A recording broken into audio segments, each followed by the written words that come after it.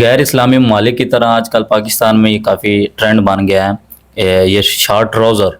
اکثر بازاروں میں نوجوانوں کو دیکھا جاتا ہے کہ انہوں نے شارٹ ٹراؤزر استعمال کرنا شروع کر دیے ہیں۔ تو جب وہ شارٹ ٹراؤزر یوز کرتے ہیں تو ان کے گھٹنے ننگے ہو جاتے ہیں، جو کہ ستر میں شامل۔ اسی طرح جب وہ گھروں میں رہتے ہیں، ماں بہنوں کے سامنے ان کا ستر ننگا ہوتا ہے، بازاروں میں خواتین بلکہ خود ان کا ستر ننگا ہوتا ہے، یہ گناہ ہے۔ تو اس کے متعلق کیا آپ نصیحت فرمائیں گے؟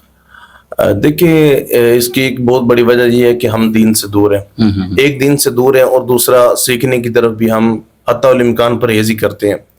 تو یہ کیونکہ انسان اگر یہ دیکھے کہ میرا جو مرد کا سطر ہے وہ ناف سے لے کر گھٹنوں تک ہے، گویا یہ اگر حصے میں سے کوئی بھی حصہ، یہ جو حصہ ہے اس میں سے اگر تھوڑا سا حصہ بھی اگر وہ ڈھکا ہوا نہیں ہے تو گویا وہ برہنہ ہے، وہ اسی طرح جس طرح ننگا شخص ہے۔ تو گویا اس کی ہمیں پرہیز کرنی چاہیے۔ ہمارا معاشرہ، ہماری تہذیب یہ ہمیں اجازت نہیں دیتی، اور ویسے بھی ایک عزت دار شخص کے لیے یہ مناسب ہے ہی نہیں کہ وہ اس لباس کے اندر باہر نکلے۔ اور ویسے بھی ہمیں اگر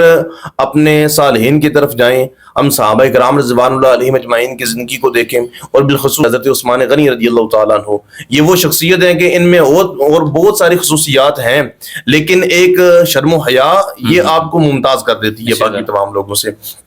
اب حضرت امام حسن مجتبیٰ رضی اللہ تعالیٰ عنہ، آپ سے حضرت عثمان غنی رضی اللہ تعالیٰ عنہ کے حیا کے متعلق کسی نے سوال کیا، تو آپ نے فرمایا تم ان کے متعلق حیا کی بات کرتے ہو؟ تو آپ نے ارشاد فرمایا کہ وہ جب نہانے کا ارادہ کرتے اور اپنا کواڑ بند کر کے جب وہاں جاتے تو اس وقت اپنے کپڑوں کو اتارنے میں بھی شرم محسوس کیا کرتے تھے۔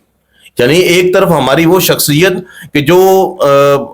واش روم کے اندر جا کر بھی اپنے کپڑے جو ہے وہ اتارنے کے اندر احتیاط کیا کرتے تھے، اور ایک طرف ہم اپنی حالت زار کو دیکھیں تو یہ ایک شرمناک بات ہے اور ایک شرمناک عمل ہے کہ جب ہم گھروں کے اندر، یہ وہ ڈریس ہے کہ ہم سرعام گھر میں بھی یہ پہن کے نہیں پھر سکتے، ہمارے گھروں کے اندر مائیں ہیں، بہنیں ہیں، اور پھر اگر ہم باہر نکلتے ہیں پھر تو ایک جو ہے وہ جمع غفیر ہوتا ہے۔ تو اس لیے یہاں سے ہمیں پرہیزی کرنی چاہیے اور ایسے معاملات